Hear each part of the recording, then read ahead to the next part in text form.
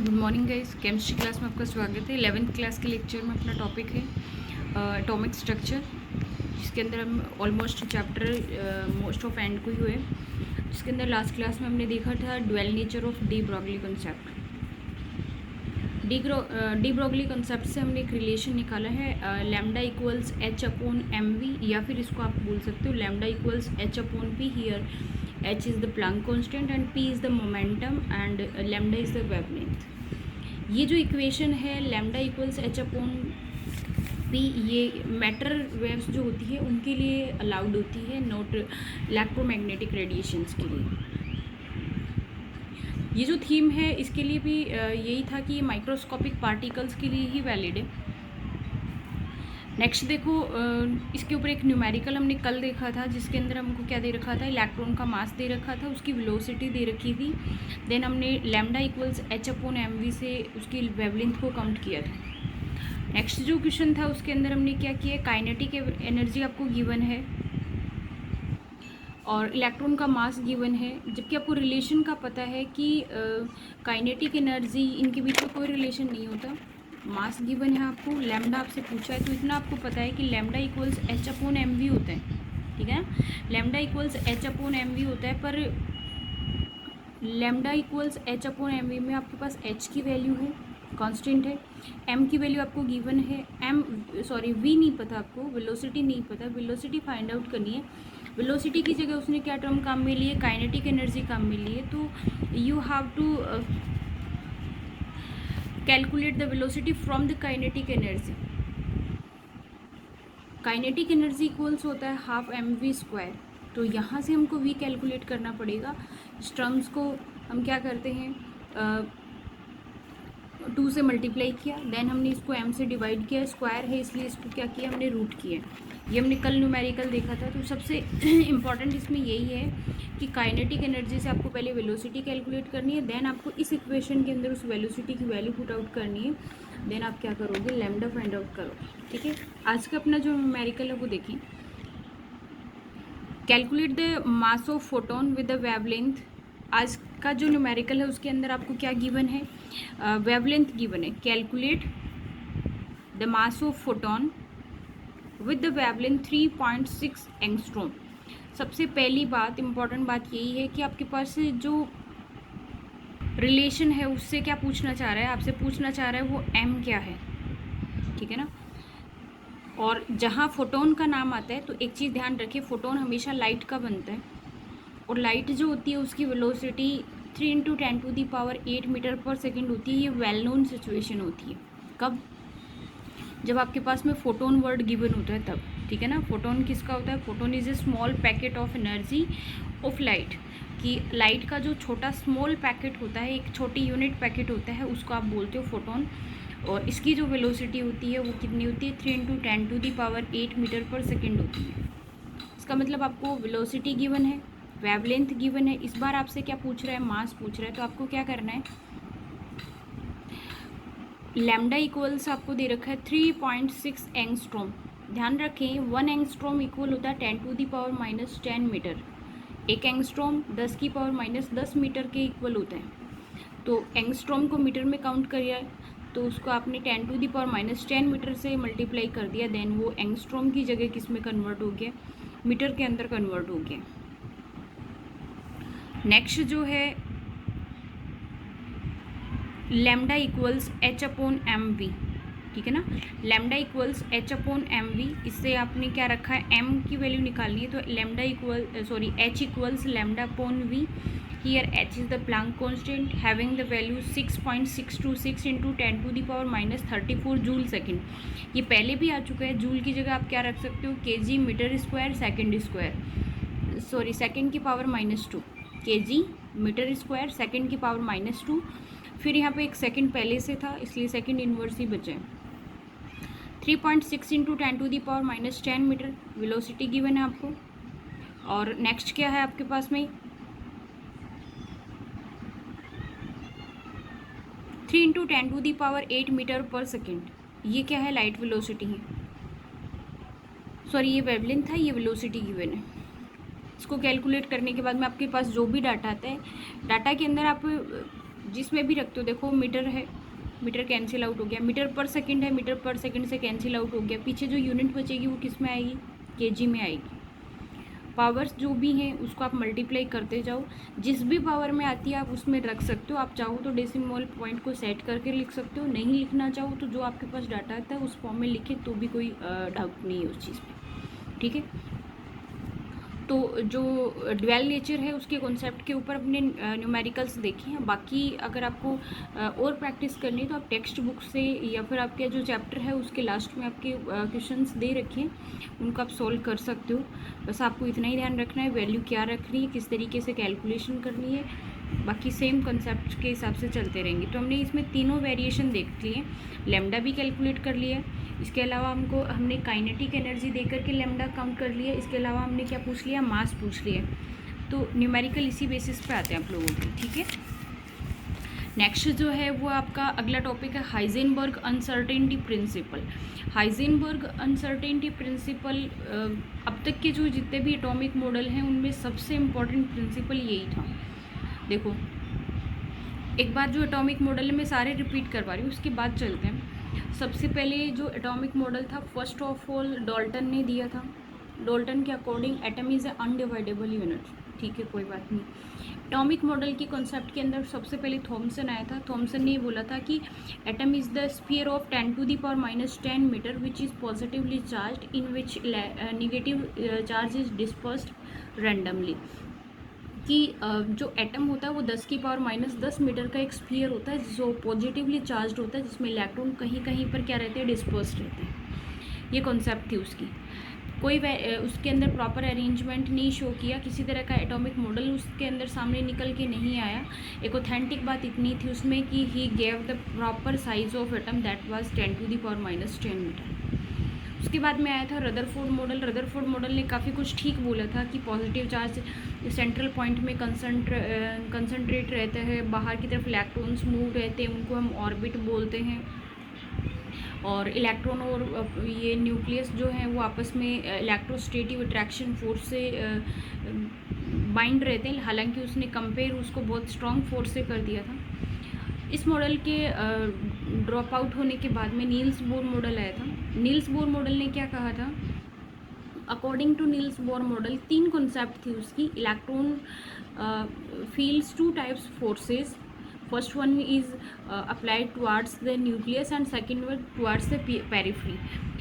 First which is applied towards the nucleus, that was the centripetal force and having the value ZE square upon R square, okay, and a force which is applied towards the periphery, that was centrifugal force, have the value mv square upon r. both are balanced for the nucleus. दोनों के दोनों force क्या रहते हैं, balanced रहते हैं, first concept. दूसरा उसने क्या कहा था, electrons are circulate at which orbital which have the angular momentum m v r equals NH/2π or the multiple of H/2π।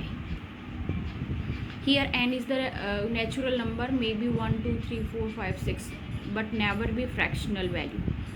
और लास्ट उसने कॉन्सेप्ट दी थी, energy will be change in a case of transition, either electron transit from lower energy state to higher or higher to lower.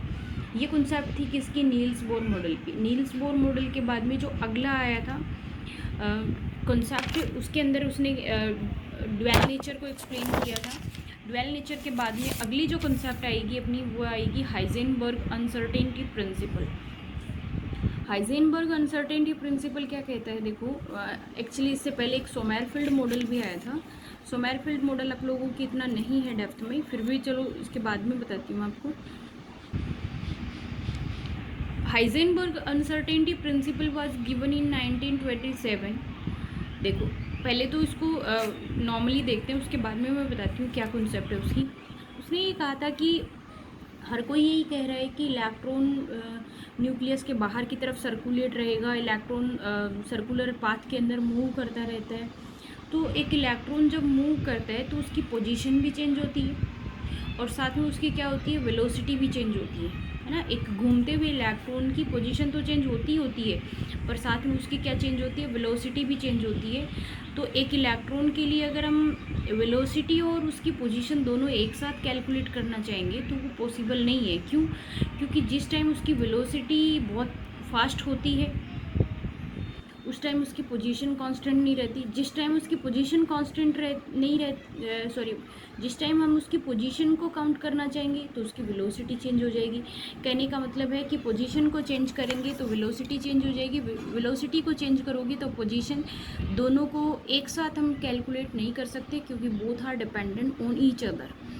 इसलिए उसने क्या कहा कि जो स्मॉलर पार्टिकल्स होते हैं, बिग पार्टिकल्स होते हैं, उनके लिए velocity, change in velocity and change in position दोनों को एक साथ कैलकुलेट नहीं कर सकते। उसके लिए उसने एक क्या किया था, इक्वेशन फाइंड आउट किया था। सबसे बेस्ट रिलेशन दिया था del x into del p greater than or equal to h upon 4 pi. ठीक है ना। अब एक कन्फ्यूज़न आया है कि m v r equals h upon 2 pi था। जी आप इसको याद रखें, पहले वाले में 2 पाई था, बाद वाले में 4 पाई है। आई रिपीट द कॉन्सेप्ट, पहले वाला बोले तो नील्स बोर मॉडल की concept m v r equals n h upon 2 pi. हाँ जी, वहाँ 2 पाई था। और यहाँ पे क्या है, h del x into del p equals h upon 4 pi greater than या फिर इक्वल एच अपॉन 4 पाई। तो Heisenberg uncertainty principle give the relation that is h upon 4 pi. देखो इसके अंदर क्या था, हाइजेनबर्ग अनसर्टेनिटी प्रिंसिपल में according to this principle the velocity and the position of small particles can't be calculate simultaneously with the absolute accuracy. इसने ये कहा कि इस प्रिंसिपल के अकॉर्डिंग कोई भी जो स्मॉलेस्ट पार्टिकल है, जो माइक्रोस्कोपिक पार्टिकल है, उसकी वेलोसिटी और उसकी पोजीशन को एकदम एक्यूरेसी के साथ में, है ना, कंप्लीट एक्यूरेसी के साथ में और एक साथ साइमल्टेनियसली हम एक साथ उसको कैलकुलेट नहीं कर सकते बिकॉज बोथ आर को रिलेटेड विद ईच अदर। क्योंकि दोनों एक दूसरे से क्या होती है, को रिलेट होती है। क्योंकि वेलोसिटी चेंज होने से पोजीशन चेंज होती है और पोजीशन चेंज होने से उसकी वेलोसिटी चेंज होती है। तो हम कौन सी चीज़ को कॉन्स्टेंट करें कि वैल्यू कैलकुलेट कर सकें, क्योंकि दोनों का जो मल्टीप्लाई होता है ना, दोनों का जो मल्टीप्लाई होता है वो एक दूसरे के ऊपर डिपेंड कर रहा है। तो उसलिए उसने दोनों को एक साथ रख करके एक रिलेशन दिया था कि अगर दोनों की पोजीशन और इसको कैलकुलेट करना चाहते हो तो इक्वेशन को कंपेयर करेंगे किसके साथ में, एच अपॉन 4 पाई के साथ में। तो he gave a relation that is del x into del p greater than and equal h upon 4 pi. यहाँ पे डेल एक्स क्या है, del x is the uncertainty in principle, del x is the uncertainty in position. Uncertainty in position का मतलब है कि जब आपने पोजीशन को कैलकुलेट किया है तो उसमें कितना परसेंट अनसर्टेनिटी आई है, मतलब ऑलमोस्ट तो पोजीशन उसकी कैलकुलेट हो जाती है पर कितना परसेंट अनसर्टेनिटी आई है वो। और डेल पी क्या है, अनसर्टेनिटी इन मोमेंटम, कि उसके अंदर कितना अनसर्टेनिटी है, उसमें कितना कन्फ्यूज़न रह गया, वही है। क्योंकि अगर आपने वैल्यू काउंट की है तो ऑलमोस्ट 99% तो आ जाती है, तो 0.1% की उसमें क्या हो गई अनसर्टेनिटी, वो आपको रखनी है इसमें। तो ये पोजीशन के अंदर है और ये वाली किस में है, मोमेंटम के अंदर है। ठीक है, अगर आपको यहाँ पे मोमेंटम नहीं रखना है तो आप इसकी जगह पे क्या ले सकते हो, अपने पीछे जो ड्वेल नेचर कॉन्सेप्ट आई है, ड्वेल नेचर कॉन्सेप्ट में आपने lambda equals h upon p की जगह पे क्या रखा, P is the momentum which is equal to m into v. अब देखो डेल्टा P की जगह पे हम क्या रख सकते हैं, m भी रख सकते हो। तो हम ये बोल सकते हैं डेल एक्स इंटू आपके पास है एम वी। देखो किसी भी पार्टिकल का मास चेंज नहीं होता है, कभी भी चेंज नहीं होता, क्योंकि मास एक कांस्टेंट वैल्यू है। तो हमेशा चेंज किस में आएगा, वेलोसिटी में आएगा। और ये भी greater than and equal to हो सकता है किसके, एच अपॉन 4 पाई की। कब, जब आपको मोमेंटम नहीं दिया हो और वो पूछना क्या चाह रहा हो, किसकी टर्म में, मास और वेलोसिटी की टर्म में। तो मास कांस्टेंट वैल्यू होती है, चेंज नहीं होती है कभी भी। और कौन चेंज होगा, वेलोसिटी। तो जो अनसर्टेनिटी आएगी वो किस में आएगी, एक डेफिनेट मास वाले पार्टिकल की वेलोसिटी में ही आएगी। तो del x into del m into delta v greater than and equal to h upon 4 pi. ये रिलेशन था किसका, हाइजेनबर्ग अनसर्टेनिटी का। तो इससे अपन जितने भी अपने पास में माइक्रोस्कोपिक पार्टिकल्स हैं, जितने भी अपने पास में छोटे पार्टिकल्स हैं, उसके लिए अपन डेल्टा एक्स और डेल्टा पी या फिर डेल्टा एम कुछ भी जो भी हमको कैलकुलेट करना होता है इन तीनों डाटा में से, तो कोई सा भी डाटा इस इक्वेशन के साथ में h/4 के साथ में कंपेयर करके निकाल सकते हैं। ठीक है, अब देखो इसके अंदर आपको एक क्वेश्चन देखो, a microscope using suitable photons located at the distance of 0.1 angstrom, कि एक माइक्रोस्कोप में से एक पार्टिकल मेज़र किया गया, उसकी डिस्टेंस कितनी थी, 0.1 एंगस्ट्रॉम थी। What is the uncertainty involve in the measurement of velocity, कि उसके मेजरमेंट के टाइम में उसके की वेलोसिटी में क्या अनसर्टेनिटी पाई गई थी। I repeat the question, a microscope using suitable photons is locate at the distance of located at the distance of 0.1 angstrom, बिल्कुल ठीक है। What is the uncertainty involve in the measurement of velocity, कि जब microscope से एक particle को आपने located किया है, लोकेशन देखी है 0.1 एंगस्ट्रॉम पे, तो उसकी पोजीशन तो आपने देखी है, लेकिन उस टाइम उसकी वेलोसिटी के अंदर क्या अनसर्टेनिटी थी। इसका मतलब आपको जो 0.1 दिया है वो डिस्टेंस के हिसाब से यानी पोजीशन दी है, तो डेल एक्स की वैल्यू आपको दी है जी। आपसे वेलोसिटी पूछना चाह रहे हैं, ठीक है ना, वेलोसिटी पूछना चाह रहा है, तो आप क्या करोगे, इसके अंदर m इंटू डेल्टा वी रखोगे। ठीक है, जब आपको नहीं गिवन हो तो यू हैव टू, फोटोन दे रखा है ना, फोटोन हमेशा किसका होता है, लाइट इलेक्ट्रॉन का होता है, तो आपको मास किसका लेना है, इलेक्ट्रॉन का मास लेना है। तो आपके पास डेल्टा एक्स गिवन है, m गिवन है, h का पता है, 4 का पता है, पाई का पता है आपको, तो आपको रखनी होगी equation delta we equals h upon 4 pi m delta x। Okay, अब देखो डेल वी इक्वल्स हम रखेंगे, h क्या होता है, प्लांक कांस्टेंट होता है, इसकी वैल्यू कितनी होती है 6.626 into 10⁻34 kg metre square second inverse. ये जूल सेकेंड होता है, पर आपको यूनिट काटने के टाइम में दिक्कत नहीं है, इसलिए मैंने इसको ही रखा है।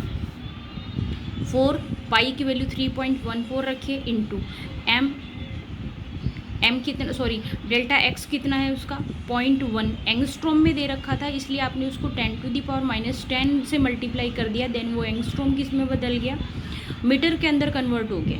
ठीक है, उसके बाद में आप लोगों के पास है ये डेल एक्स रखा है, अपनी पोजीशन रखा है, देन क्या बच गया, m बच गया, m मास ऑफ इलेक्ट्रॉन रखो 9.1 इंटू 10⁻31 kg। ठीक है, अब देखो kg से kg कैंसिल आउट हो गया, मीटर से मीटर कैंसिल आउट हो गया, तो आपके पास में यहाँ क्या बचा है, मीटर पर सेकंड बचा है, और आप कैलकुलेट क्या करने वाले हो, वेलोसिटी। तो वेलोसिटी की यूनिट क्या होती है, मीटर पर सेकंड ही होती है, इसका मतलब आपने जो कुछ रखा है वो ठीक रखा है। तो आप यहाँ से कैलकुलेशन करोगे, कैलकुलेशन करते टाइम आपको क्या करनी है, 10 की पावर सोल्व करनी है। सबसे पहले 10 की पावर को सोल्व करके उसके बाद में जो डाटा आपके डेसिमल पॉइंट वाले हैं उनको आप कैलकुलेट करो, देन आपके पास में वैल्यू क्या आई है 5.79 इंटू 10⁻6 मीटर पर सेकेंड। ये देखो, हो सकता है कई स्टूडेंट्स को इनमें कन्फ्यूज़न आ रहा हो, लेकिन जो अगर किसी से ये कैलकुलेशन नहीं हो पा रही तो वीडियो जो है अपनी उसके पीछे के लेक्चर में देखें, जहाँ साइंटिफिक नोटेशंस मैंने पढ़ाए हैं, वहाँ पे किस तरीके से पावर को कैलकुलेट करना होता है, उसके मल्टीप्लिकेशन, ऐड, सब्ट्रैक्शन सारे मेथड्स हैं आप लोगों के। पावर को किस तरीके से आप लिखोगे, प्लस में कब आएगी, माइनस में कब आएगी, कब आपको चेंजमेंट करना है, ये सारे रिलेशन पहले आ चुके हैं, इसलिए मैं बार बार हर लेक्चर के अंदर टाइम वेस्ट नहीं कर रही हूँ कि ऐसा नहीं हो सकता मैं इसके कैलकुलेशन करूँ फिर आप लोग इसको देखते रहो कि 10⁻⁴ इस तरीके से लिखते हैं। तो आप जो कैलकुलेशन में जिन भी स्टूडेंट्स को प्रॉब्लम आ रही है तो वो फर्स्ट चैप्टर का जो साइंटिफिक नोटेशन है जिसमें कैलकुलेशंस हैं अपनी, उसके मेथड्स देखें, वीडियो के लेक्चर में दिए हुए डिस्क्रिप्शन बॉक्स में आपको मिल जाएंगे, चैनल के अंदर वीडियो लिस्ट के अंदर आप उसको देखें और वहाँ से उसको सॉल्व करने की कोशिश करें, क्योंकि कैलकुलेशन जब तक आप नहीं करेंगे तब तक नहीं हो पाएगी। ठीक है, आप देखो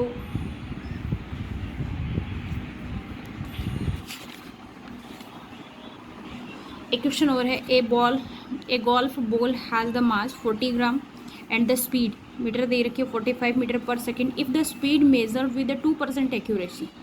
इसका मतलब इसका 45 का हमको सबसे पहले क्या निकालना पड़ेगा, 2% निकालना पड़ेगा। Calculate the uncertainty in position, uncertainty in speed निकालो सबसे पहले, तो कितनी आएगी 45 इंटू 2%, तो कितनी आ गई है 0.9% अनसर्टेनिटी आ गई इसमें। स्पीड यानी वेलोसिटी दे रखी है डेल्टा वी आ गया आपके पास 0.9 metre per second. Del x equals आपको निकालना है h/4 pi m delta we. अब देखो इसके अंदर आपको मास दे रखा है डेल्टा वी दे रखा है, h/4 पता ही होता है, डेल एक्स। एच की वैल्यू रखी है आपने 6.626 इंटू 10⁻34, आगे की यूनिट है 4 इंटू 3.14, फिर मास रखा है 40 इंटू 10⁻³ kg। क्यों? क्योंकि ये ग्राम में था और आपको किस में रखना है, kg में। ऊपर वाली डाटा kg में है तो नीचे वाला भी kg में होना चाहिए। 0.9 मीटर पर सेकेंड, और फिर इसको कैलकुलेट किया। इस क्वेश्चन में इंपॉर्टेंट ये था कि आपने 45 क्यों नहीं रखा। तो इसमें ये होता है कि एक्यूरेसी आपको अलग से दी, इसमें इंक्लूड नहीं की उसने। पीछे वाले क्वेश्चन में ये था कि उसकी जो डिस्टेंस थी उसके अंदर अनसर्टेनिटी इतना है, ये वर्ड कम में आया था, लेकिन इसके अंदर ये है कि उसकी स्पीड इतनी है जिसमें 2% एक्यूरेसी, इसलिए आपने इसका क्या निकाला है, 2% निकाला है। एक्यूरेसी निकालने के लिए आपने 2% निकाला, देन इसको यूज में लेना है। बस चेंज इतना ही है इसमें। अच्छा क्वेश्चन था ये, ठीक है ना। इस तरीके के क्वेश्चन भी कई बार पूछ लेते हैं आपसे। ये जो सेकंड चैप्टर है वो ऑलमोस्ट बेटा मेरी तरफ से कंप्लीट हो गया। फिर भी अगर आपके नए सिलेबस के अकॉर्डिंग जो भी है मेरे पास, क्योंकि 2018 की बुक है अभी, मैं उससे सिलेबस देख के इसको वीडियो को नोट आउट कर रही हूँ, तो फिर भी अगर आप लोगों का कोई टॉपिक रह जाता है तो आप उसको कर लें, अपन उसके बाद में कॉन्सेप्ट देख लेंगे, या फिर जो भी आपका टॉपिक अगर मिसप्लेस होता है तो I will consult with you, ठीक है। Thanks, have a nice day.